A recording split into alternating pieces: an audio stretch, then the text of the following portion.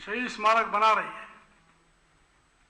अमृत महोत्सव के उपलक्ष्य में केंद्र सरकार ने सिखों के नवम पातशाह हिंद की चादर श्री गुरु तेग बहादुर जी का 400वां प्रकाश पर्व एवं सिखों के दशम पातशाह सरबंसदानी श्री गुरु गोविंद सिंह जी के साहिबजादों जोरावर सिंह और फतेह सिंह के शहीद दिवस 26 दिसंबर को हर वर्ष वीर बल दिवस के रूप में मनाने का ऐतिहासिक निर्णय लिया है। इसी प्रकार अमर स्वतंत्रता सेनानी नेताजी सुभाष चंद्र बोस की जयंती को पराक्रम दिवस के रूप में मनाने की पहल की है। हमें इस बात का भी गर्व है कि नेताजी की आज़ाद हिंद फौज में हरियाणा की बड़ी भागीदारी थी। केंद्र सरकार ने कई अभूतपूर्व निर्णय लिया है। इससे दुनिया में भारत की गौरव और प्रतिष्ठा में वृद्धि हुई है। अयोध्या में भगवान श्री राम के भव्य मंदिर का निर्माण कार्य शुरू होने से करोड़ों देशवासियों की आस्था को मजबूत मिली है। माननीय सभासदों, जैसा कि आप सब जानते हैं, वर्ष 2020 से हम कोविड-19 महामारी से जूझ रहे हैं। इस वैश्विक महामारी ने प्रत्येक व्यक्ति को कहीं न कहीं प्रभावित किया है। हमारे शास्त्रों में कहा गया है, न कालमति वर्तन्ते मानता सर्वेषु कर्मसु, अर्थात कर्मठ लोग अपने कर्तव्य में कभी देरी नहीं करते। इसी बात का अनुसरण करते हुए मेरी सरकार ने महामारी से बचाव, राहत व इलाज के पर्याप्त प्रबंध किए हैं। मेरी सरकार और इसका पूरा तंत्र, विशेषकर चिकित्सकों व स्वास्थ्य कार्यकर्ताओं व अन्य अग्रणी पंक्ति के कोविड योद्धाओं के अथक प्रयासों के फलस्वरूप हम इस महामारी पर नियंत्रण पाने में सफल रहे हैं। मैं इस महामारी से प्रदेशवासियों के धैर्य, साहस और विश्वास की सराहना करता हूँ। अब हरियाणा विकास के लक्ष्यों और उद्देश्यों को प्राप्त करने के लिए तेजी से आगे बढ़ चला है। माननीय सभासदों, मेरी सरकार ने सुशासन से सेवा के संकल्प के साथ पंडित दीनदयाल उपाध्याय के अंत्योदय दर्शन के अनुरूप सबका साथ, सबका विकास, सबका विश्वास, सबका प्रयास और हरियाणा एक, हरियाणवी एक के मूल मंत्र पर चलते हुए प्रदेश के चहुमुखी विकास के लिए काम किया है। बाबा साहेब डॉक्टर भीमराव अंबेडकर ने कहा है कि आदर्श समाज वह है जो स्वतंत्रता, समानता और भाईचारे पर आधारित है। उनके इस सिद्धांतों की पालना करते हुए मेरी सरकार ने क्षेत्रवाद और भाई भतीजावाद से ऊपर उठकर हर क्षेत्र, हर वर्ग का समुचित विकास किया है। आज पंचकुला से पलवल तक और सिरसा से फरीदाबाद तक बदलाव की इस सुखद दायरा को महसूस किया जा सकता है। नीति आयोग के एसडीजी इंडिया इंडेक्स 2020-21 में हरियाणा देश के अग्रणी राज्यों में शामिल है। सुशासन, माननीय सभासद, हमारे धर्म ग्रंथों में शासक का प्रथम कर्तव्य प्रजा को सुखी करना माना गया है। गोस्वामी तुलसीदास जी ने भी श्री रामचरितमानस में लिखा है, दैहिक दैविक भौतिकता राम राज को नहीं व्याप, अर्थात रामराज में मनुष्य शारीरिक, सांसारिक और दैवी परेशानी से मुक्त होता है। यही वर्तमान सुशासन का मूल मंत्र है। मेरी सरकार ने इसी मूल मंत्र पर चलते हुए पुरानी जर्जर प्रशासनिक व्यवस्था में आमूलचूल परिवर्तन किए। भौतिक विकास के साथ साथ जीवन के सभी मानदंडों को विकसित करने पर ध्यान केंद्रित किया गया। मेरी सरकार ने ऐसे बदलाव किया जिन्हें अन्य प्रदेशों व केंद्र सरकार ने अनुकरण किया है। उदाहरण के तौर पर गरीब से गरीब व्यक्ति का जीवन स्तर ऊपर उठाने के उद्देश्य से मेरी सरकार ने मुख्यमंत्री अंत्योदय परिवार उद्यान योजना शुरू की है। गांवों को लाल डोरा मुक्त करने की हरियाणा की योजना को केंद्र सरकार ने स्वामित्व योजना के रूप में पूरे देश में लागू किया है। मेरा पानी मेरी विरासत योजना का अध्ययन करने के लिए भी एक केंद्रीय टीम ने प्रदेश का दौरा किया। सुशासन के अभियान में कोई भी विभाग अथवा क्षेत्र ऐसा नहीं बचा जिसमें सुशासन की पहल न की गई हो। मेरी सरकार ने मानवीय हस्तक्षेप को कम करने के लिए ई गवर्नेंस की सहायता से नई व्यवस्था बनाई है, जिससे भ्रष्टाचार पर अंकुश लगा।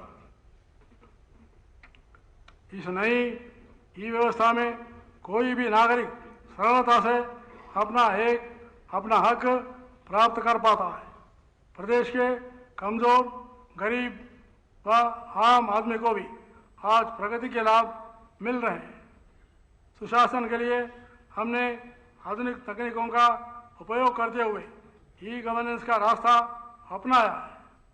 शासन का सुशासन ज़्यादा, मैक्सिमम गवर्नेंस मिनिमम गवर्नमेंट को सुनिश्चित करने के लिए कृषि, उद्योग, स्वास्थ्य, शिक्षा, सामाजिक सुरक्षा आदि हर क्षेत्र में ई गवर्नेंस की नई पहलें की हैं। ई गवर्नेंस का यह अभियान अब परिवार पहचान पत्र तक पहुंच चुका है। इस एकमात्र दस्तावेज से लोगों को सभी सरकारी सेवाओं और योजनाओं का लाभ घर बैठे ही मिलेगा और उन्हें दफ्तरों के चक्कर नहीं काटने पड़ेंगे। अब जन्म मृत्यु का डेटा भी ऑटो अपडेट हो जाएगा। सरकार द्वारा दी जाने वाली पाई सही लाभार्थी तक पहुंचाने और फर्जीवाड़ी पर अंकुश लगाने के उद्देश्य से सभी सामाजिक सुरक्षा पेंशन, सब्सिडी और वित्तीय सहायता के लिए डीबीटी सुविधा शुरू की गई है। जनता के प्रति प्रशासन की जवाबदेही तय करने और समय पर सर्विस डिलीवरी सुनिश्चित करने के लिए पिछले दिनों ऑटो अपील सॉफ्टवेयर शुरू किया गया। इससे 570 सेवाओं को जोड़ा जा रहा है।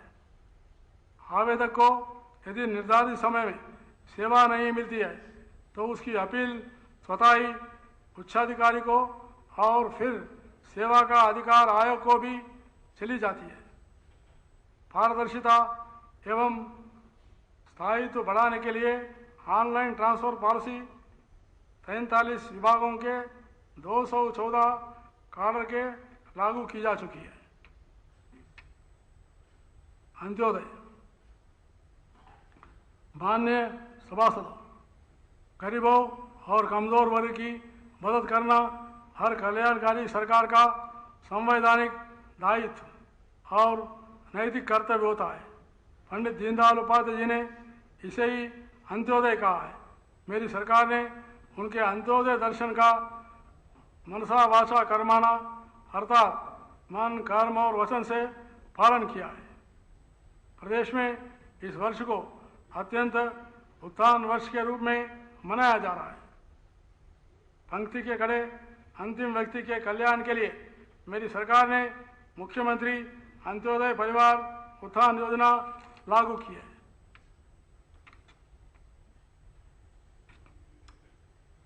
परिवार पहचान पत्र पोर्टल पर लगभग 11 लाख परिवारों की पहचान कर ली गई है, जिनकी वार्षिक आय 1.80 लाख रुपए से कम या उसके बराबर है। इन परिवारों की आय कम से कम 1.80 लाख रुपए सुनिश्चित करने के लिए इनके रोजगार व कौशल विकास पर विशेष ध्यान दिया जा रहा है। इस योजना के प्रथम चरण में 156 स्थानों पर 289 अंत्योदय मेले लगाकर मदद के लिए लगभग 37,000 परिवारों की पहचान की गई है।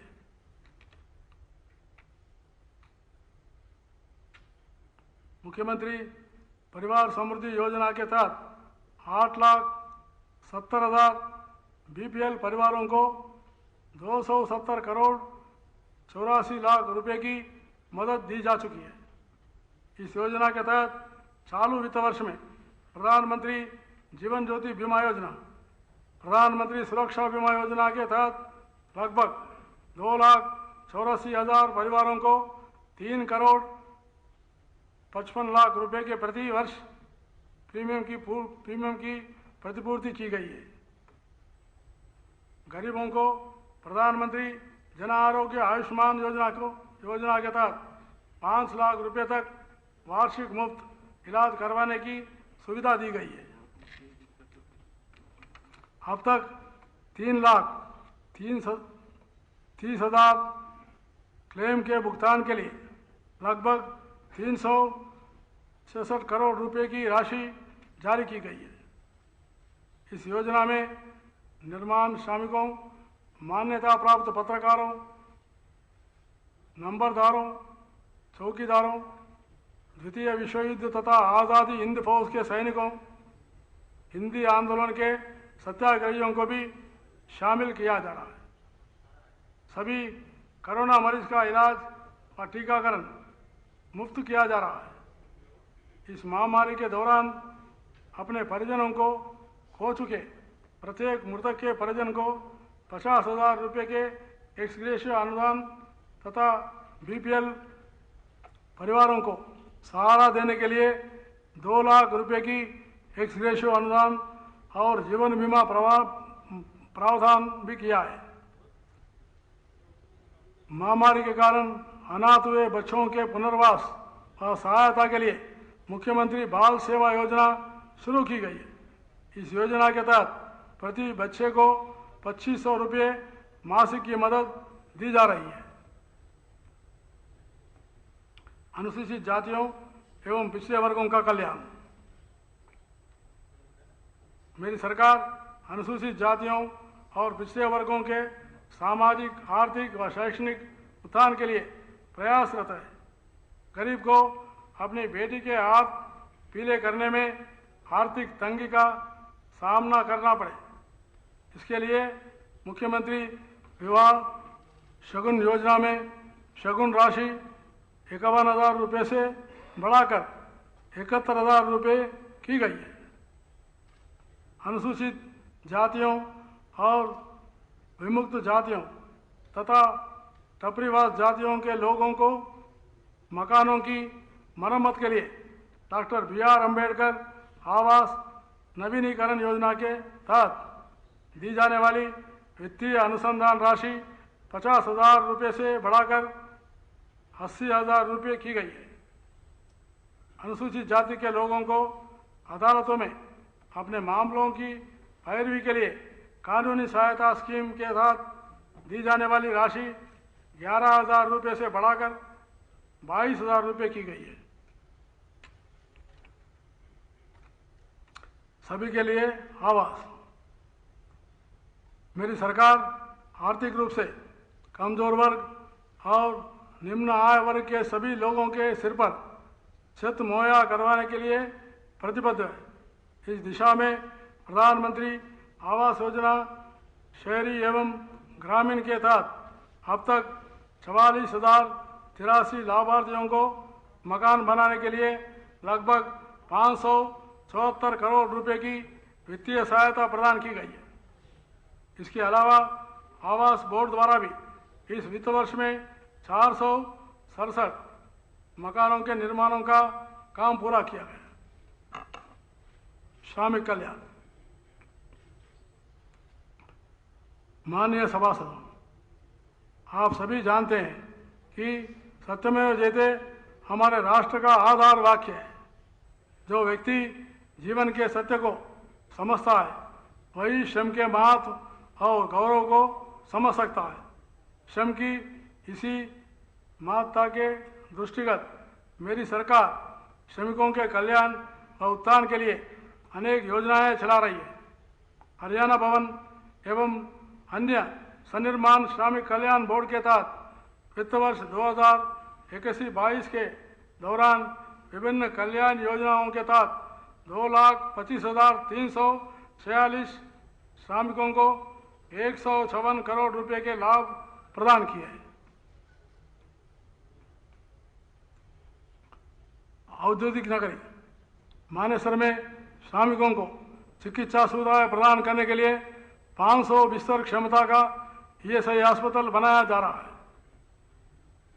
आईएमटी रोहतक और आईएमटी करनाल में 5 नए ईएसआई औषधालयों को मंजूरी दी है। प्रदेश की 87 शहरी स्थानीय निकायों स्ट्रीट वेंडर्स की पहचान का सर्वेक्षण किया गया। प्रधानमंत्री स्वनिधि योजना के तहत 23,709 स्ट्रीट वेंडर्स को ऋण वितरित किया गया है। सैनिकों एवं पूर्व सैनिकों का सम्मान। हरियाणा का किसान और वीर जवान देश की शान है।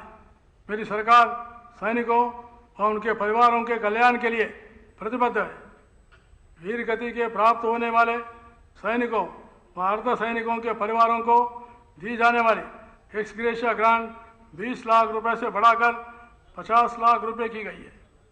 युद्ध, आतंकवाद तथा अन्य घटना के दौरान घायल हुए सैनिकों की अनुग्रह अनुदान राशि निश्चितता के आधार पर 15 लाख रुपए से बढ़ाकर 35 लाख रुपए, 10 लाख रुपए से बढ़ाकर 25 लाख रुपए और 5 लाख रुपए से बढ़ाकर 15 लाख रुपए की गई है।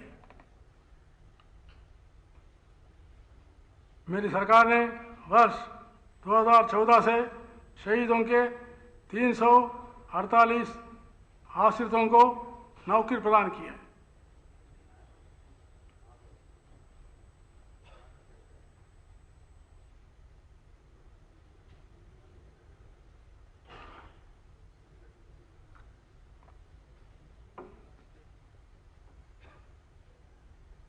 कृषि, किसान कल्याण एवं खाद्य आपूर्ति।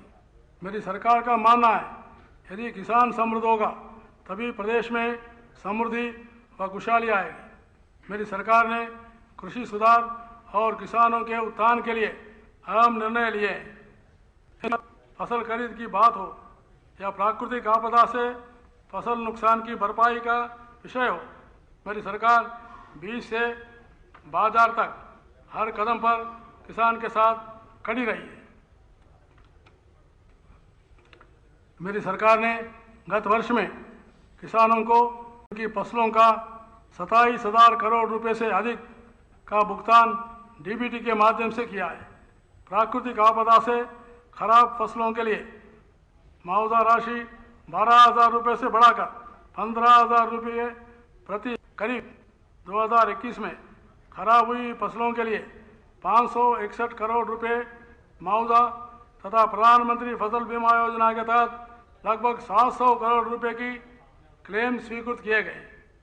एमएसपी पर 14 फसलों की खरीद करने वाला हरियाणा देश का एकमात्र राज्य है। करीब विपणन सीजन 2021 से बाजार के लिए भी भावांतर भरपाई योजना शुरू की गई। इस योजना का लाभ उन किसानों को भी मिला है जिन्होंने मंडियों में अपना बाजरा नहीं बेचा।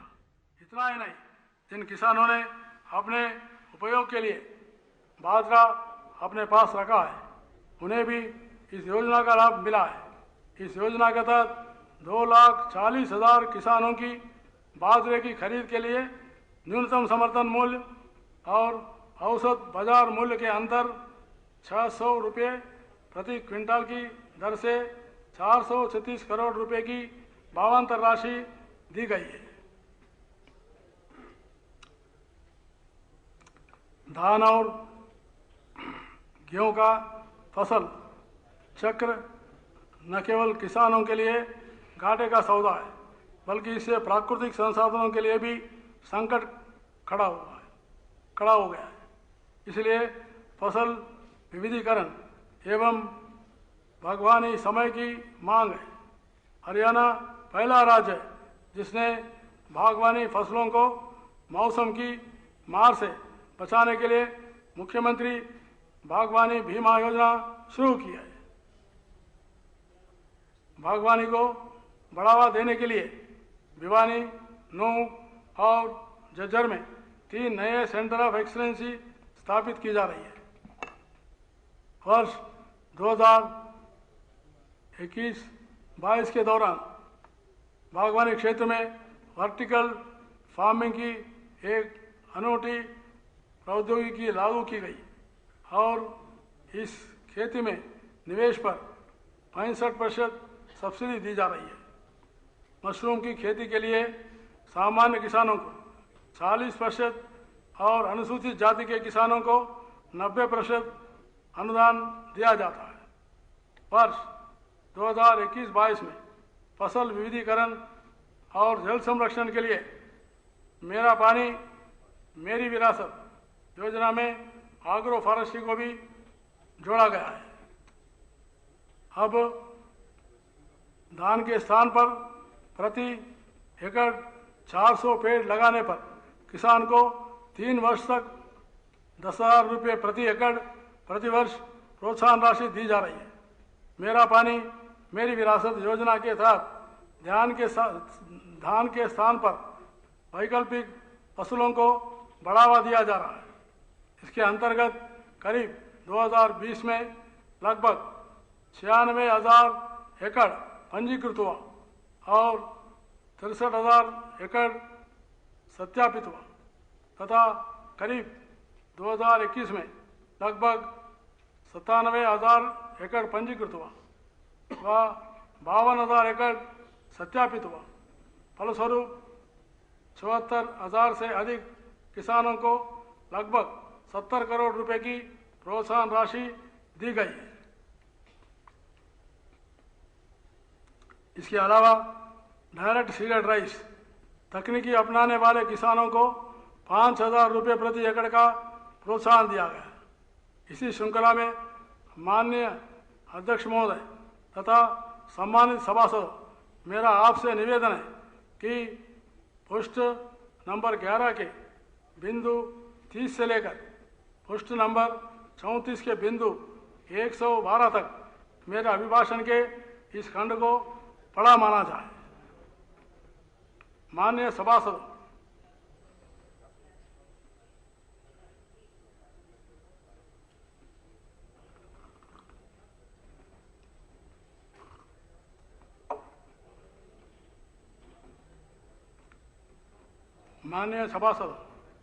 मेरी सरकार शिक्षा, स्वास्थ्य, स्वाभिमान, सुरक्षा और सुशासन के माध्यम से प्रदेश के चहुमुखी विकास को नए आयाम देने के लिए निरंतर अग्रसर है।